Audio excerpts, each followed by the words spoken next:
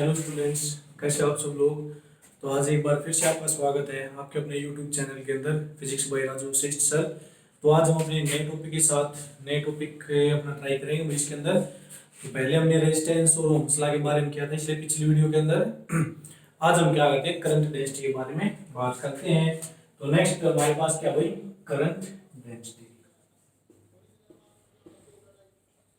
देखो भाई, current density को हम किससे डिनोट करते हैं, जे से हम इसको डिनोट करते हैं। सबसे पहले देखो करंट डेंसिटी होती क्या है। करंट डेंसिटी क्या मतलब होता है भाई, कि हमारे पास जो फ्लो ऑफ करंट होता है पर यूनिट एरिया किसी भी कंडक्टर के अंदर से, हम उसको उसकी क्या बोल देते हैं, करंट डेंसिटी हम बोल देते हैं। तो यहाँ पर हम क्या लिखेंगे, it is defined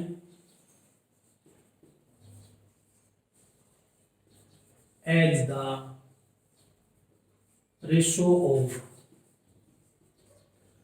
flow of current per unit area, यानी कि पर यूनिट एरिया के अंदर से जो करंट फ्लो करता है उसको हम क्या बोल देते हैं, करंट डेंसिटी उसको बोल देते हैं। अगर हम यहाँ से करंट डेंसिटी का फॉर्मूला निकालेंगे तो करंट डेंसिटी किसके इक्वल हो जाएगी, flow of current per unit area, यानी जे बाई ए के इक्वल हमारी करंट डेंसिटी हो जाएगी। अब देखो जो करंट डेंसिटी होती है, अगर हम उसका क्या करते हैं, फॉर्मूला निकालते हैं ड्रिफ्ट वेलोसिटी टर्म में। तो ड्रिफ्ट वेलोसिटी टर्म में क्या होगा, तो देखो एक तो हमारे पास ये मेन फॉर्मूला जाता है भाई, flow of current per unit area.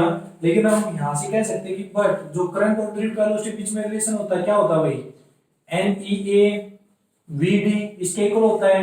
तो मैं यहां पर जे के अंदर ये वैल्यू पुट कर सकता हूं, I N E A we D divide by A से ए कैंसिल होगा। तो करंट डेंसिटी का हमारे पास नया फॉर्मूला क्या निकल के आ गया, एन ई वी डी। तो ये हमारे पास क्या होगा, एक जे की यहां से ये वैल्यू आ गई भाई हमारे पास। तो आपने ध्यान रखनी है, हम फॉर्मूले पुट करके कोई भी फॉर्मूला हमारा बना सकते हैं।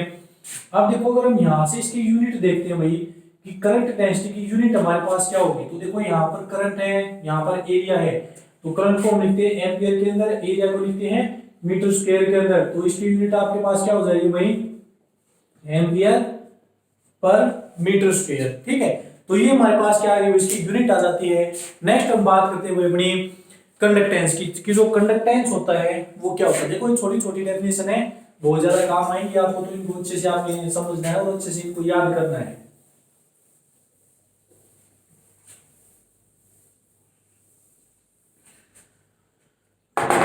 तो देखो नेक्स्ट हमारे पास क्या आती है भाई, कंडक्टेंस आता है।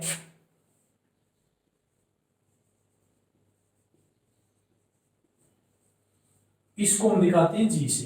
ठीक है, कंडक्टेंस को हम दिखा देंगे जी से।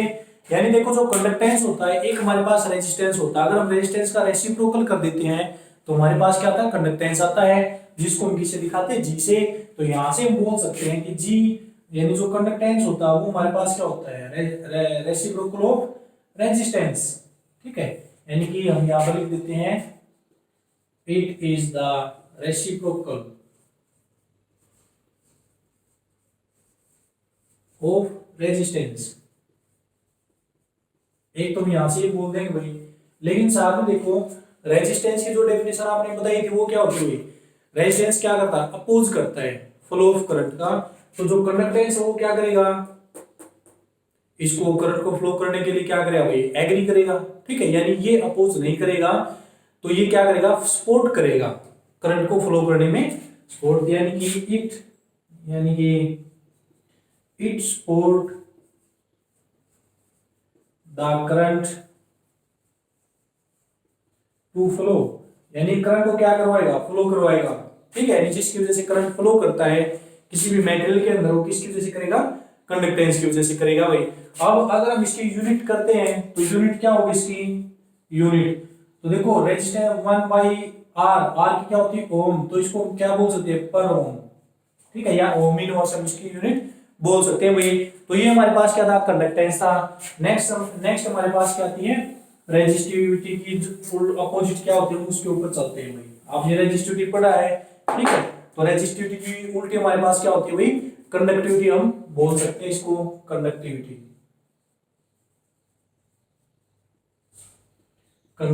इसको हम दिखाते हैं भाई सिग्मा से। ठीक है, रेजिस्टिविटी को हम दिखाते हैं रो से, कंडक्टिविटी को किससे दिखाएंगे, सिग्मा से। तो कंडक्टिविटी भी क्या होती है, रेसिप्रोकल होता है। ठीक है, यानी it is the reciprocal, it is the reciprocal of resistivity. ये रेजिस्टिविटी की रेसिप्रोकल होती है, रेजिस्टिविटी रो से निकालते हैं तो कंडक्टिविटी क्या हो जाएगी भाई 1/रो। ठीक है, तो ये क्या हो जाता है, इसका फार्मूला हो जाता है भाई। अब इसकी जो यूनिट होती है, यूनिट आपके पास क्या होती है भाई, देखो रेजिस्टिविटी हमारे पास क्या होती है, ओम मीटर के अंदर आती है भाई। ठीक है, तो इसकी जो यूनिट होगी रेजिस्टिविटी की, यहां से आप क्या लिखोगे भाई, ओम मीटर इनवर्स, यानी ओम का भी इनवर्स हो जाएगा और क्या होगा, मीटर का भी इनवर्स हो जाएगा। ये हो जाएगा भाई ओम इनवर्स और आपका मीटर इनवर्स, या फिर हम ओम को एम एच ओ मोह पर मीटर, यानी कि हमारे पास जो ओम होता है ना भाई, ओम उसका अगर इन्वर्स करते हैं तो इसको ऐसे भी लिख सकते हैं एम एच ओ। ठीक है, मोह। तो यहां से ओम इनवर्स मीटर इनवर्स, तो ओम इनवर्स को हम कैसे लिख सकते हैं, एम एच ओ की टर्म में भी हम इसको लिख सकते हैं इनटू में मीटर इनवर्स। एक तो ये हो जाती है भाई, और दूसरी हमारे पास क्या होती है भाई, साइमन पर मीटर स्क्वायर, ऐसे हम इसको दिखा देते हैं साइमन पर मीटर। एक हो जाती है ओम पर मीटर और दूसरी क्या हो जाती है साइमन पर मीटर। तो ये हमारे पास क्या होती है, इलेक्ट्रिकल कंडक्टिविटी की आपकी यूनिट आती है भाई। ठीक है, तो नेक्स्ट देखो, नेक्स्ट टॉपिक के पास चलते हैं भाई हम लोग। आपने एक बात ध्यान रखना, रेजिस्टिविटी और कंडक्टिविटी की डेफिनेशन आप इस टर्म में दे सकते हो। रेजिस्टिविटी क्या काम करती है, करंट को रोकने का काम करती है, और कंडक्टिविटी क्या करेगी, जो हमारा कंडक्टेंस करता था यानी करंट को क्या करेगी, सपोर्ट करेगी। ठीक है, तो ये हमारे पास क्या है भाई, कुछ टर्म थी। अगर हम इसका क्या करते हैं, डायमेंशन फॉर्मूले की बात करते हैं कि जो हमारे कंडक्टिविटी आई है इसका डायमेंशन फॉर्मूला कितना होगा, तो इसका डायमेंशन फॉर्मूला आप यहां से निकाल सकते हो। तो देखो सिग्मा इज इक्वल टू क्या होता है 1/रो, लेकिन जो आपके पास जो रेजिस्टिविटी का फॉर्मूला आया था, निकाला था, हमारे पास क्या आया था भाई, m divided by n E square into में टाउ। ये हमारे पास क्या आया था भाई, फॉर्मूला आया था रेजिस्टिविटी का, यानी यहां से लिख सकते हैं कि जो रेजिस्टिविटी थी वो किसके इक्वल थी, इसके इक्वल थी। ठीक है, ये हमारे पास रेजिस्टिविटी का फॉर्मूला का, अगर मैं यहां पर पुट करता हूं रेजिस्टिविटी, तो m तो नीचे रह जाएगा डिवाइडेड बाई n की स्क्वायर इनटू में टाउ, ऊपर चला गया। अब देखो ये जो n है ये क्या है हमारे पास, n हमारे पास नंबर डेंसिटी होती है, तो डेंसिटी क्या होती है वॉल्यूम के अंदर। ठीक है, तो नंबर डेंसिटी इसका हमारे पास क्या हो जाएगा, वॉल्यूम हम क्या लिखेंगे, n की क्या आ जाएगी भाई L-3, e क्या है, चार्ज है, चार्ज का स्क्वायर, चार्ज का फॉर्मूला क्या होता है भाई Q इनटू T। ठीक है, तो ये होगा Q इनटू में T, और यहां से यानी सॉरी A इनटू में T, चार्ज है T, और टाउ रिलैक्सेशन टाइम क्या होता है भाई T। आपका मास किसके अंदर जाएगा, m के अंदर, तो यहां से जब हम इसको कैलकुलेट करें तो m-1 L-3 T2 और A1, तो ये हमारे पास क्या जाएगा, कंडक्टिविटी का डायमेंशन फॉर्मूला हमारे पास निकल के आ जाएगा भाई।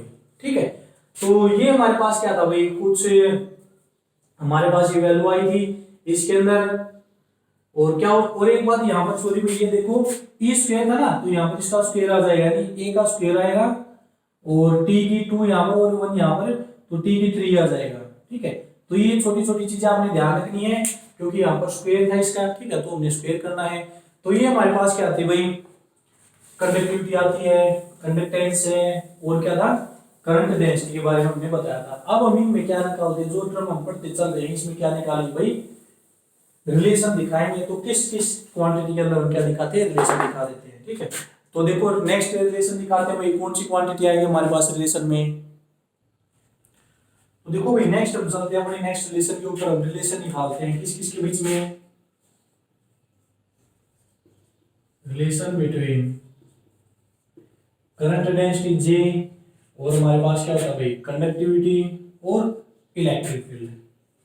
ठीक है, हम इन तीनों के बीच में क्या निकालेंगे, रिलेशन निकालेंगे। करंट डेंसिटी को हमने J से दिखाया है, और कंडक्टिविटी को हमने सिग्मा से दिखाया है, और क्या हमारी इलेक्ट्रिक फील्ड, इन तीनों बीच में हम दिखाएंगे रिलेशन। तो देखो भाई यहाँ से 3 लेके आने हमें, तो सबसे पहले हम ये देखते हैं कि J का फॉर्मूला आपके पास क्या होता है, flow current per unit area, तो हमें ये टर्म भी बनानी है। सिग्मा किसके इक्वल होता है भाई, सिग्मा होता है 1/रो के इक्वल, तो हमें ये टर्म भी बनानी है। ठीक है, तो इसको हम कहां से बनाएंगे, तो देखो यहां से कि वी नो कि जो करंट होता है भाई, ड्रिफ्ट वेलोसिटी और करंट के बीच में क्या रिलेशन आता है, NEAVD, ये हमारे पास रिलेशन होता है करंट और ड्रिफ्ट वेलोसिटी के बीच में। तो अगर मैं ए को इस साइड में ले आता हूं, I/A इज इक्वल टू क्या बच गया भाई, NEVD, ये बच गया हमारे पास।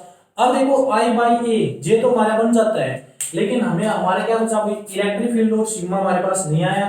तो इन दोनों के लिए हम क्या करते हैं, तो इसको तो मैं ऐसे लिख देता हूं भाई, I/A is equal to NE। अब देखो जो ड्रिफ्ट वेलोसिटी होती है उसका फॉर्मूला आपने क्या पढ़ा था भाई, VD का जो आपके पास जो फॉर्मूला था वो क्या था, E टाउ डिवाइड बाय में M। हमारे पास ये फॉर्मूला आया था भाई ड्रिफ्ट वेलोसिटी का। तो ये ड्रिफ्ट वेलोसिटी को मैं यहाँ पर पुट कर सकता हूँ, तो यहाँ पर लिख दिया भाई E टाउ डिवाइड बाय में M। ठीक है, अब इसको मल्टीप्लाई करें तो I/A इज इक्वल टू क्या आएगा भाई, NE square E tau divide by में M। हमारे पास ये वैल्यू आ गई भाई इसकी। अब देखो टाउ हमारे पास क्या होता है, रिलैक्सेशन टाइम होता है भाई। अब इसके अंदर देखो यहां से हमारे पास अगर आपको दिखाई देता हो तो ये, अगर मैं इसको ऐसे लिख देता हूं ऊपर, I/A is equal to NE square tau into में E डिवाइड बाय में M। ये बच गया हमारे पास। ठीक है, अब इसमें आप ये बताओ भाई, जो NE स्क्वायर यानी जो हमारे पास रो होती है उसका फॉर्मूला किसके इक्वल आता है भाई, यानी जो आपका फॉर्मूला आएगा वो किसके इक्वल आ जाएगा बताओ। तो इसके अंदर देखो जो हमारी डेंसिटी होती थी वो किसके इक्वल आई थी, NE square tau divide by M। ये हमारे पास क्या आई थी, यानी जो रेजिस्टिविटी होती थी वो उसका फॉर्मूला क्या होता था, M डिवाइडेड बाय में NE स्क्वायर इनटू में टाउ। ये हमारे पास रेजिस्टिविटी आई थी, लेकिन यहाँ पर M नीचे आ गया, NE स्क्वायर टाउ क्या होगा, ऊपर चला गया। तो इसको मैं ये लिख सकता हूँ, I/A is equal to 1 bye में रो इनटू में E। ये लिख सकता हूँ ना भाई इस टर्म को, 1 बाय रो, यानी रो का फॉर्मूला था M ऊपर था बाकी नीचे था, इसमें क्या इसका रेसिप्रोकल है, M नीचे आ गया ये ऊपर चला गया, तो 1 बाय रो लिख देंगे। और 1 बाय रो किसके इक्वल होता है भाई, सिग्मा के इक्वल होता है। तो यहाँ पर मैं क्या लिख दूंगा, सिग्मा इनटू में E, क्योंकि यहाँ पर लिख देना हमने कि सिग्मा इज इक्वल टू क्या होता है भाई, 1 बाय रो। ठीक है, तो सिर्फ आपने क्या करनी है, वैल्यू निकालनी है। तो I/A किसके अंदर कन्वर्ट होगा, J के अंदर, इलेक्ट्रिक सिग्मा इनटू में E। तो ये हमारे पास क्या था भाई, रिलेशन आता है किसके अंदर, करंट डेंसिटी, कंडक्टिविटी और इलेक्ट्रिक फील्ड के बीच में। अब यहाँ पर देखो जो हमारे पास ये टर्म आई इसको हम क्या बोल देते हैं भाई, microscopic form of Ohm's law. यानी जो ये हमारे पास रिलेशन आया है ये हमारे पास क्या होता है, microscopic form of Ohm's law. Ohm's law को छोटी टर्म में हम ये इस तरह से डिफाइन कर सकते हैं। वैसे तो ओम्स लॉ क्या होता है, V इक्वल टू IR होता है। ठीक है, लेकिन जब हम करंट डेंसिटी, कंडक्टिविटी और इलेक्ट्रिक फील्ड की टर्म में दिखाएंगे तो हमारा ओम्स लॉ की जो माइक्रोस्कोपिक फॉर्म है किसके इक्वल आ जाएगी, J is equal to sigma into में E के इक्वल आ जाएगी। तो देखो इसमें कुछ नहीं किया है, सिंपल हमने क्या किया, करंट और ड्रिफ्ट वेलोसिटी के बीच में रिलेशन निकाला है। ए को हम इस तरफ लेके आ गए ताकि हमारी करंट डेंसिटी बन जाए। फिर हमने क्या कर दी, ड्रिफ्ट वेलोसिटी की वैल्यू पुट कर दी। फिर ड्रिफ्ट वेलोसिटी की वैल्यू पुट करने के बाद हमारे पास यहाँ पर ये फॉर्मूला बन गया 1 बाय रो का, 1 बाय रो पुट कर दिया। और 1 बाय रो क्या होती है, सिग्मा, और I/A क्या होता है, J। हमारे पास क्या आ गया, रिलेशन निकल के आ जाता है। इसी को हम क्या बोल देते हैं, microscopic form of Ohm's law. तो देखो नेक्स्ट हम क्या करते हैं भाई, नेक्स्ट रिलेशन निकालते हैं अपना, किस किस के बीच में निकालेंगे। तो देखो ये तो आ रहा है करंट डेंसिटी सिग्मा और E के बीच में। नेक्स्ट रिलेशन हम करेंगे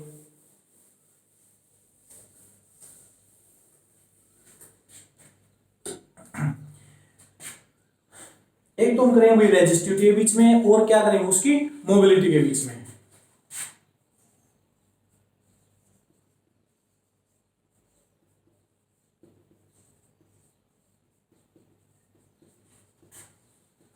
रेजिस्टिविटी रो एंड मोबिलिटी।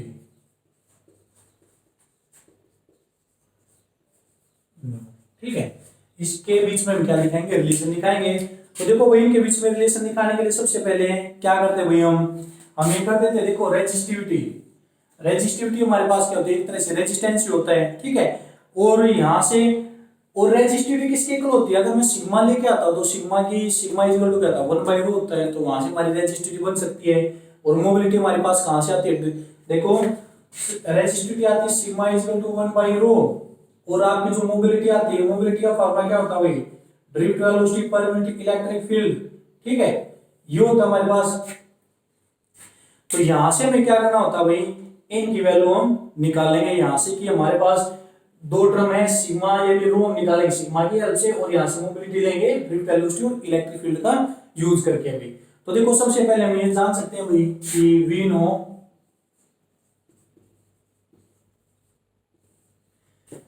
अब देखो यहां से जो करंट डेंसिटी होती है जी किसके इक्वल होती है भाई, आई बाई ए, इसके इक्वल होती है हमारे पास, but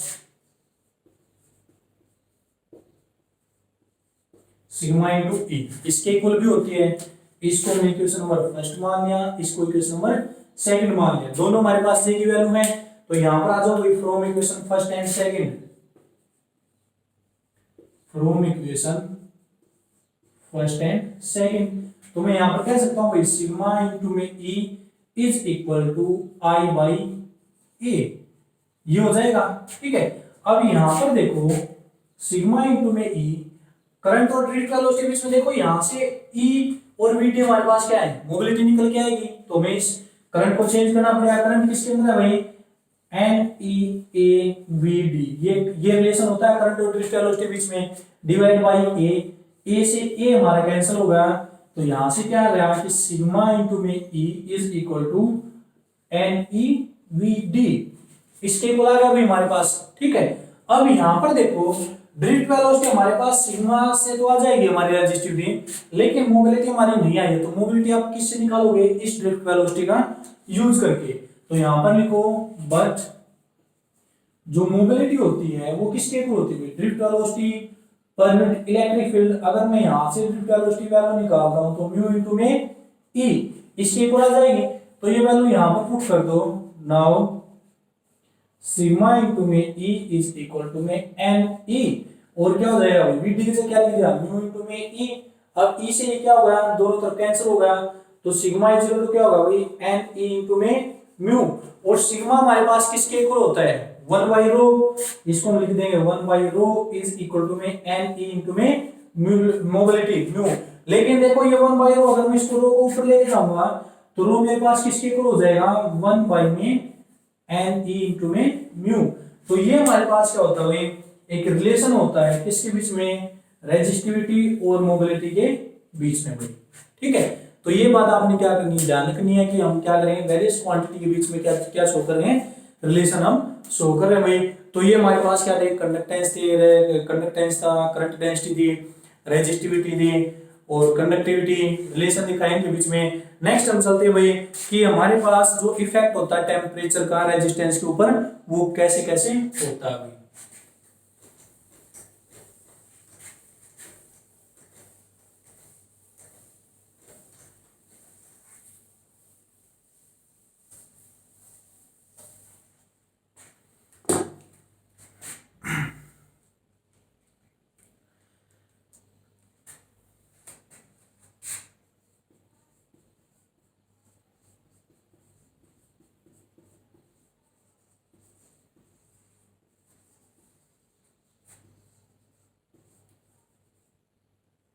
effect of temperature on resistance, resistance के ऊपर हम इफेक्ट दिखाएंगे।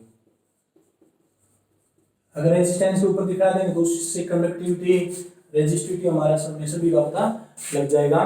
तो देखो भाई हमारे पास जो रेजिस्टेंस आया था R, उसकी वैल्यू हमारे पास किसके इक्वल आई थी, जब हमने ओम्स लॉ को क्या किया था, ड्राइव किया था, तो ये हमारे पास आया था भाई ml डिवाइडेड बाय में n e square tau into में a। ये क्या था हमारे पास, ये L की वैल्यू आई थी, R की वैल्यू आई थी रेजिस्टेंस। तो यहां से देखो हम क्या करेंगे, सबसे पहले कि जो रेजिस्टेंस है वो किसके ऊपर डिपेंड करेगा, यानी हम सिर्फ किसके ऊपर दिखा रहे हैं, टेम्परेचर के ऊपर दिखा रहे हैं। अगर टेम्परेचर किसी चीज का राइज होता है तो या डिक्रीज होता है तो उसके ऊपर किसके ऊपर इफेक्ट पड़ेगा भाई, ये मास है, ये लेंथ है, ये नंबर डेंसिटी, चार्ज, ये रिलैक्सेशन टाइम और ये क्या है एरिया। तो देखो सबसे जो ज्यादा इफेक्ट पड़ता है वो किसके ऊपर पड़ेगा, अगर मान लेते हैं किसी भी कंडक्टर का टेम्परेचर हम राइज करवाते हैं तो उसके अंदर जो नंबर डेंसिटी होती है वो क्या रहती है, कंडक्टर के अंदर नंबर डेंसिटी सेम रहती है, यानी जितने भी उसके अंदर इलेक्ट्रॉन्स होते हैं या फ्री चार्ज होते हैं मूव करने के लिए, वो सारे क्या होते हैं भाई, सारे मूव करने के लिए फ्री होते हैं, उसके अंदर कोई ऐसा चार्ज होता है जो बाउंड हो, ठीक है। तो उससे क्या इफेक्ट पड़ेगा, जो हमारा रिलैक्सेशन टाइम है इसके ऊपर इफेक्ट पड़ेगा। तो हम यहां से बोल सकते हैं आर क्या इनवर्सली प्रोपोर्शनल है रिलैक्सेशन टाइम के वही टाउ है, ठीक है। अब देखो जब हम टेम्परेचर को राइज करवाएंगे तो कोलिजन ज्यादा होगा आयंस के बीच में, तो टाउ हमारा क्या हो जाता है, डिक्रीज हो जाता है, ठीक है। यानी कि with increase in temperature tau will decrease, जो रिलैक्सेशन टाइम हमारा वो क्या होगा, डिक्रीज होगा। और जब हमारा रिलैक्सेशन टाइम डिक्रीज हो जाएगा तो हमारा जो रेजिस्टेंस वो क्या करेगा, इंक्रीज करेगा भाई, ठीक है। अब रिलैक्सेशन टाइम कैसे डिक्रीज करेगा, मैंने ड्रिफ्ट वेलोसिटी का जो डेरिवेशन किया था उसमें आपको समझाया था कि जब हम टेम्परेचर करते हैं, जब इलेक्ट्रॉन नेगेटिव से पॉजिटिव की तरफ जाते हैं तो उनके बीच में कोलिजन होता है, ठीक है। अगर हम टेम्परेचर राइज करवा देते हैं तो इलेक्ट्रॉन क्या करते हैं भाई, टेम्परेचर गेन करके जल्दी जल्दी मूव करेंगे और उनके बीच में जो कोलिजन होगा वो क्या हो जाएगा, जल्दी जल्दी होगा, तो उनका जो रिलैक्सेशन टाइम हो वो क्या हो जाएगा, आपका डिक्रीज हो जाएगा। तो जब हम टेम्परेचर को राइज करवाएंगे तो जो आपका रिलैक्सेशन टाइम वो क्या होगा, डिक्रीज होगा, और यहाँ से जो आपका रेजिस्टेंस वो क्या हो जाएगा, इंक्रीज हो जाएगा। अब देखो भाई रेजिस्टेंस के अंदर कितना इफेक्ट पड़ेगा, वो हमारे पास एक इक्वेशन आती है आर, यानी किसी भी टेम्परेचर के ऊपर रेजिस्टेंस लेते हैं, R t is equal to में आर नोट इंटू में 1 प्लस में अल्फा टी प्लस में बीटा टी स्क्वायर, ये आ जाता है हमारे पास। यहाँ पर जो अल्फा और जो बीटा है हमारे पास वो क्या होते हैं, टेम्परेचर कोफिशिएंट होते हैं भाई, टेम्परेचर कोफिशिएंट, यानी कोफिशिएंट क्या होता है जिनकी टर्म में हम एक्सप्रेस कर सकते हैं चीजों को। तो टेम्परेचर कोफिशिएंट हो गया हमारे पास अल्फा और बीटा, तो ये आर नोट क्या होगा भाई, 0 डिग्री सेल्सियस के ऊपर हमारा टेम्परेचर ये होगा, टी डिग्री सेल्सियस के ऊपर 1 अल्फा टी और बीटा टी स्क्वायर, अल्फा और बीटा कोफिशिएंट, और टी हमारे पास क्या है, टेम्परेचर है। अब इसके अंदर हमारे पास क्या होता है भाई, अगर हमारा टेम्परेचर ज्यादा ज्यादा राइज आपका टेम्परेचर नहीं करता, हम नॉर्मल कंडीशन के ऊपर लेते हैं, तो जो टी स्क्वायर हम उसको क्या कर देंगे, नेगलेक्ट कर देंगे। तो यहां से हमारे पास क्या आएगा, जो आर टी की वैल्यू आ जाएगी वो किसके इक्वल आ जाएगी, R t is equal to में आर नोट इंटू में 1 प्लस में अल्फा टी, यहां से हमारे पास वैल्यू आ जाएगी भाई, ठीक है। अब यहां से अगर आप इस टेम्परेचर कोएफिशिएंट को निकालोगे तो टेम्परेचर कोएफिशिएंट की वैल्यू आपके पास कितनी आ जाएगी, R t is equal to में आर नोट को अगर मैं अंदर मल्टीप्लाई करता हूं तो आर नोट प्लस में अल्फा आर नोट इंटू में टी, ये आ जाएगा हमारे पास। अब अल्फा की वैल्यू करोगे तो R t minus R naught divided by क्या हो जाएगा, आर नोट इंटू में टी, तो ये किसकी वैल्यू आ गई भाई, अल्फा की वैल्यू आ जाती है हमारे पास, ठीक है। तो ये हमारे हमने क्या निकाल दी, टेम्परेचर कोएफिशिएंट की वैल्यू निकाल दी भाई जो हमारे टेम्परेचर से आई है। तो ये देखो भाई हमारे पास जो टेम्परेचर कोएफिशिएंट है उसकी वैल्यू, उसका फॉर्मूला हमने निकाल के दिखा दिया। तो देखो यहां से हमारे पास क्या वैल्यू आती है इसकी, अगर हम इसको देखते हैं अच्छे से तो आरटी माइनस आर नोट क्या है इसका, राइज इन टेम्परेचर, इसको हम बोल देते हैं राइज इन टेम्परेचर, कि टेम्परेचर के अंदर कितना राइज हुआ है, डिवाइड बाई आर नोट हमारे पास क्या है भाई, आर नोट ओरिजिनल रेजिस्टेंस है, ओरिजिनल रेजिस्टेंस या 0 डिग्री टेम्परेचर के ऊपर रेजिस्टेंस इनटू में टी हमारे पास क्या हुई, टेम्परेचर, इसको बोल देंगे टेम्परेचर इज इक्वल टू क्या होगा अल्फा। तो ये टर्म हमारे पास जो हमने इस फार्मूले के अंदर शो की है भाई, तो ये हमारे पास क्या था भाई, टेम्परेचर कोएफिशिएंट अल्फा का फार्मूला आता है। तो यहां से देखो हमें क्या पता लगता है, अगर हम बात करते हैं मेटल्स की अलग अलग, तो देखो यहां से अगर टेम्परेचर कोएफिशिएंट की आपको डेफिनेशन देनी हो तो temperature coefficient alpha, temperature coefficient alpha is defined as the ratio of change in temperature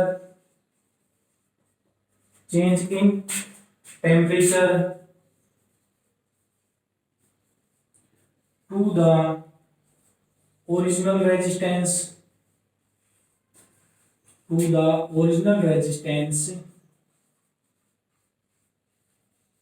and the per unit rise and the per unit rise in temperature and the per unit rise in temperature। तो देखो ये हमारे पास original resistance है, ये per unit rise in temperature कितना increase हो, और ये हमारे पास क्या है, चेंज इन टेम्परेचर, यानी राइज कितना हो हमारा टेम्परेचर। तो इन सभी का हम रेशो दिखा के हम टेम्परेचर कोएफिशिएंट की क्या दिखा सकते हैं, भी डेफिनेशन हमारी दे सकते हैं। ठीक है, अगर टेम्परेचर कोएफिशिएंट की बात आती है भाई अलग अलग मटेरियल्स के लिए, जैसे हमारे कंडक्टर होते हैं, इंसुलेटर होते हैं, सेमीकंडक्टर होते हैं, तो उनके लिए क्या वैल्यू आती है भाई। तो देखो अगर हमारे पास बात आती है मेटल्स की, मेटल्स, ठीक है, तो मेटल्स के लिए जो अल्फा होता है वो क्या होता है, पॉजिटिव होता है, पॉजिटिव। यानी मेटल्स के अंदर हम क्या करते हैं, अगर हम क्या करते हैं भाई, जैसे मेटल्स का हम टेम्परेचर राइज करते हैं, तो टेम्परेचर राइज करने के साथ साथ उनका जो टेम्परेचर कोएफिशिएंट है वो हमारे क्या होता है, राइज हो जाता है। ठीक है, और अगर हम बात करते हैं मेटल्स और सॉरी ये तो मेटल्स की बताई थी, अगर हम नॉन मेटल्स और इंसुलेटर की बात करते हैं, नॉन मेटल्स हो गए या फिर इंसुलेटर हो गए भाई, एक हमारे सेमीकंडक्टर, इनका जो टेम्परेचर कोएफिशिएंट है ना अल्फा, उसकी वैल्यू क्या होती है आपकी, नेगेटिव होती है। ठीक है, इनकी वैल्यू आपकी नेगेटिव आ जाएगी। तो टेम्परेचर कोएफिशिएंट आपसे कई बार पूछ ले जाता है कि मेटल्स का कितना हुआ, और आपका जो है भाई इंसुलेटर और सेमीकंडक्टर के लिए आपका जो टेम्परेचर कोएफिशिएंट है उसकी वैल्यू कितनी हो जाती है।